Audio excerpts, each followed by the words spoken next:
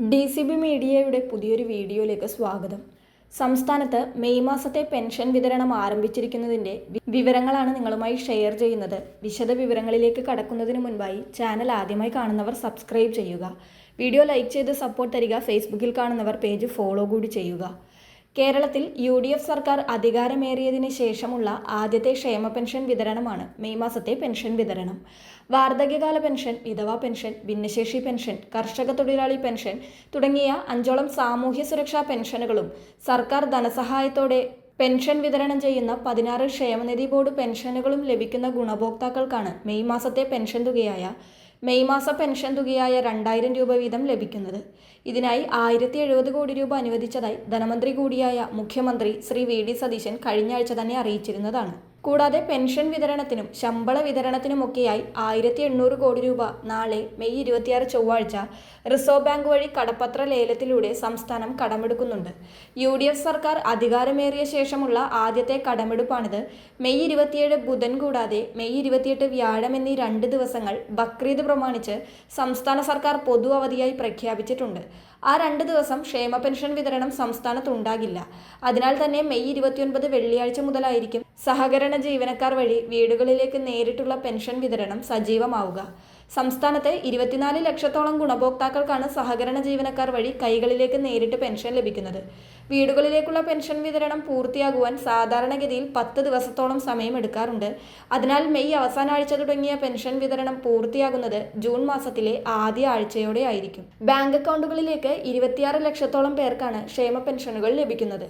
May 25 വൈകിട്ട് 6 മണിക്ക് ശേഷമോ അല്ലെങ്കിൽ ചൊവ്വാഴ്ചയോ ആയിരിക്കും അക്കൗണ്ടുകളിലേക്കുള്ള പെൻഷൻ വിതരണം ആരംഭിക്കുക. ബക്രീദ് അവധിക്ക് മുൻപായി ബാങ്ക് അക്കൗണ്ടുകളിലേക്കുള്ള പെൻഷൻ വിതരണം ആരംഭിക്കുവാൻ പരമാവധി ശ്രമം ഉണ്ടാകുമെന്നാണ് ഏറ്റവും ഒടുവിൽ അറിയുവാൻ കഴിയുന്നത്. 25-ാം തീയതി വൈകിട്ട് 4 മണി വരെ പെൻഷൻ വിതരണം ആരംഭിച്ചിട്ടില്ല. ബാങ്ക് അക്കൗണ്ടുകളിലേക്കുള്ള പെൻഷൻ വിതരണം ആരംഭിച്ചാൽ 2-3 ദിവസത്തിനുള്ളിൽ തന്നെ ഏതാണ്ട് എല്ലാ ഗുണഭോക്താക്കൾക്കും തുക ക്രെഡിറ്റ് ആകുന്നതാണ്.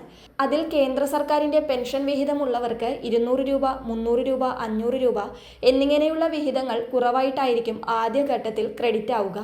അതിനുശേഷം ഏതാനും ദിവസങ്ങൾക്കുള്ളിൽ തന്നെ 200 മുതൽ 500 വരെയുള്ള കേന്ദ്ര വിഹിത തുക കേന്ദ്ര സർക്കാരിൻ്റെ PFMS സംവിധാനം വഴി പ്രത്യേകമായി അക്കൗണ്ടുകളിലേക്ക് ക്രെഡിറ്റ് ആകുന്നതാണ്.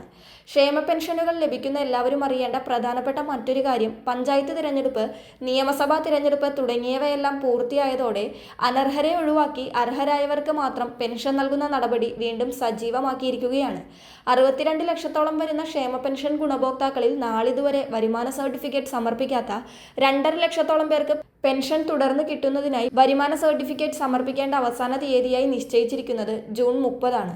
അതിനോടകം സർട്ടിഫിക്കറ്റ് നൽകാത്തവർക്ക് തുടർന്നുള്ള മാസങ്ങളിൽ പെൻഷൻ തുക ലഭിക്കുന്നതല്ല. വാർഷിക വരുമാനം 1 ലക്ഷം രൂപയിൽ കൂടുതലുള്ളവർക്കും പെൻഷൻ തുടർന്ന് ലഭിക്കുന്നതല്ല. അതുപോലെ വിധവ, അവിവാഹിത പെൻഷൻ ലഭിക്കുന്നവരിൽ 60 വയസ്സിന് താഴെയുള്ളവർ തങ്ങൾ പുനർവിവാഹിതയായിട്ടില്ല എന്ന സാക്ഷ്യപത്രം അവരവരുടെ പഞ്ചായത്ത്, മുനിസിപ്പാലിറ്റി അല്ലെങ്കിൽ കോർപ്പറേഷനുകളിൽ വർഷത്തിലൊരിക്കൽ സമർപ്പിക്കേണ്ടതുണ്ട്. അവ കൃത്യമായി നൽകാത്തവർക്കും പെൻഷൻ മുടങ്ങുന്നതായിരിക്കും. തുടർച്ചയായ ഇലക്ഷൻ യോഗ്യ പശ്ചാത്തലത്തിൽ കഴിഞ്ഞ കുറേ മാസങ്ങളായി പരമാവധി പേർക്ക് ക്ഷേമ പെൻഷനുകൾ നൽകുന്നതിനുള്ള നടപടികളാണ് സർക്കാരിൻ്റെ ഭാഗത്തു നിന്നും വന്നുകൊണ്ടിരിക്കുന്നത്. എന്നാൽ ഇപ്പോൾ ഇലക്ഷനൊക്കെ പൂർത്തിയായ സാഹചര്യത്തിൽ സർക്കാർ ഓരോ സമയത്ത് ആവശ്യപ്പെടുന്ന സർട്ടിഫിക്കറ്റുകളും മസ്റ്ററിംഗ് പോലുള്ള നടപടികളും അനുവദിക്കുന്ന സമയത്തിനുള്ളിൽ പൂർത്തിയാക്കുന്നവർക്ക് മാത്രമായിരിക്കും ഇനി മുതൽ ക്ഷേമ പെൻഷനുകൾ ലഭിക്കുക എന്ന കാര്യം മനസ്സിലാക്കുക. ഈ മാസത്തെ ക്ഷേമ പെൻഷൻ വിതരണം ആദ്യം ബാങ്ക് അക്കൗണ്ട് വഴി ലഭിക്കുന്നവർക്കായിരിക്കും കിട്ടുക. ആരുടെയെങ്കിലും ബാങ്ക് അക്കൗണ്ടിൽ പെൻഷൻ തുക ക്രെഡിറ്റ് ആയിട്ടുണ്ടെങ്കിൽ അക്കാര്യം ഒന്ന് കമന്റ് ചെയ്യുക. എല്ലാവിധ സർക്കാർ ക്ഷേമ പദ്ധതി അറിയിപ്പുകളുടെയും ഏറ്റവും പുതിയ അപ്ഡേറ്റുകൾക്കായി ചാനൽ സബ്സ്ക്രൈബ് ചെയ്യുക.